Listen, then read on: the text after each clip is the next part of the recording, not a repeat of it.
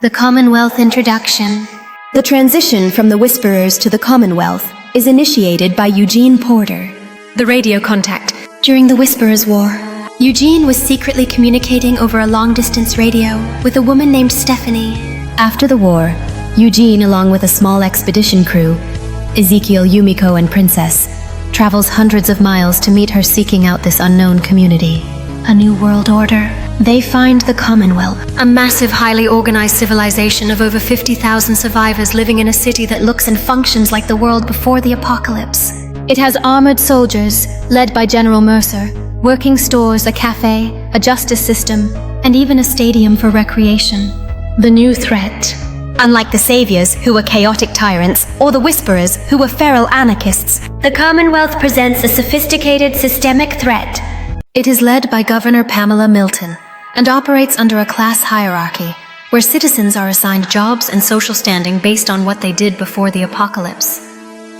This inequality breeds resentment among the citizens, posing a moral challenge to Rick's group, who fought to build a society where the past didn't define you. The final conflicts. The Commonwealth arc is defined by two simultaneous threats, the Reapers. While the main group is integrating into the Commonwealth, Maggie Green returns and leads a small mission to recover supplies for the starving people of Alexandria.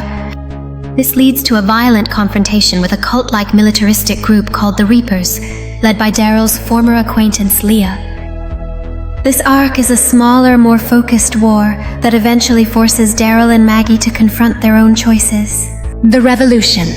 Inside the Commonwealth, the deep social and economic inequality, exacerbated by the manipulations of Pamela's unscrupulous Deputy Governor Lance Hornsby, leads to civil unrest. Daryl, Carol, Maggie, and the other Alexandrians decide they must fight to expose the corruption and establish a fair democratic society within the Commonwealth. They eventually ally with General Mercer and the oppressed citizens. The final story. The final episodes of the story revolve around a full-scale confrontation. The end of Pamela Milton's rule. The survivors and the rebelling Commonwealth military overthrow Governor Milton and her administration, arresting her for her crimes against the people. The final herd. In the chaos, Hornsby's actions and the subsequent fighting unleash a massive herd of walkers onto the Commonwealth. This herd contains a new, more dangerous type of walker, a variant which is faster, stronger, and more intelligent. The sacrifice. The survivors manage to divert the horde, saving the city, but not without devastating losses. In the final hours of the fight, Rosita Espinosa is bitten, but ensures the safety of her daughter before quietly passing away after one last conversation with Eugene. The epilogue. The story ends with a one-year time jump. The former Commonwealth is now a democratic, unified alliance of communities. Ezekiel and Mercer are sworn in as the new leaders. The final scenes show the survivors thriving and raising the next generation in a truly rebuilt civilization.